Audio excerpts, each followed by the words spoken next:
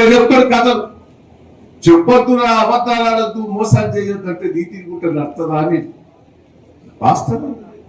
ఆయన 3 సార్లు గెలిచాడు, నేను 7 సార్లు గెలుచుకోండి, ఇట్టున్నా 3 సార్లు గెలుచుకోండి ముఖ్యమంత్రి. దయచేసి ఒక్కరోజు కూడా తెలంగాణ కోసం పట్టుబడకపోయేది. నాకు కేసీఆర్ గారు పిలిచి ఒకటే అన్నాడు, దయాకర్ నువ్వు తెలుగుదేశంలో ఉండు, నాకే ఇబ్బంది లేదు, కానీ చంద్రబాబు గారితో ఒక లెటర్ తీసుకురా, తెలుగుదేశం అనుకూలంగా ఉన్నది అంటేనే కాంగ్రెస్ వాళ్ళు వచ్చేటట్టు ఉన్నదని ఓ బదనం పెడతానంటే నేను చంద్రబాబు గారి దగ్గరికి పోయి లెటర్ ఇవ్వకపోతే మేము 15 మంది ఎమ్మెల్యేలు రిజైన్ చేస్తామని బెదిరిస్తే ఆ రోజు లెటర్ ఇచ్చాడు. లెటర్ ఇవ్వని అవసరం లేదని మాట్లాడిన వాళ్ళు ఇద్దరు దొంగలు, రేవంత్ రెడ్డి, కళ్యాణ్ శ్రీహరి.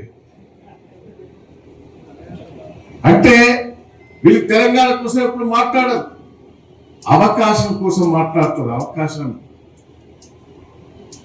ఆ రోజు పట్టుబట్టిస్తే కేసీఆర్ గారు నన్ను అభినందించారు.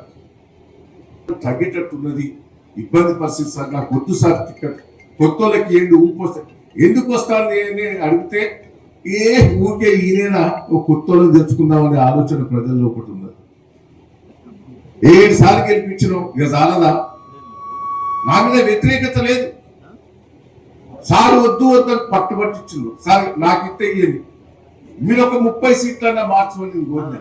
ఇల్లే సార్, 30 సీట్లు మార్చినా మనకు అధికారంకి వచ్చేది. నాకు అప్పుడప్పుడు అనిపిస్తుంది, అవి కూడా కొందుకు మంచిది అనిపిస్తుంది.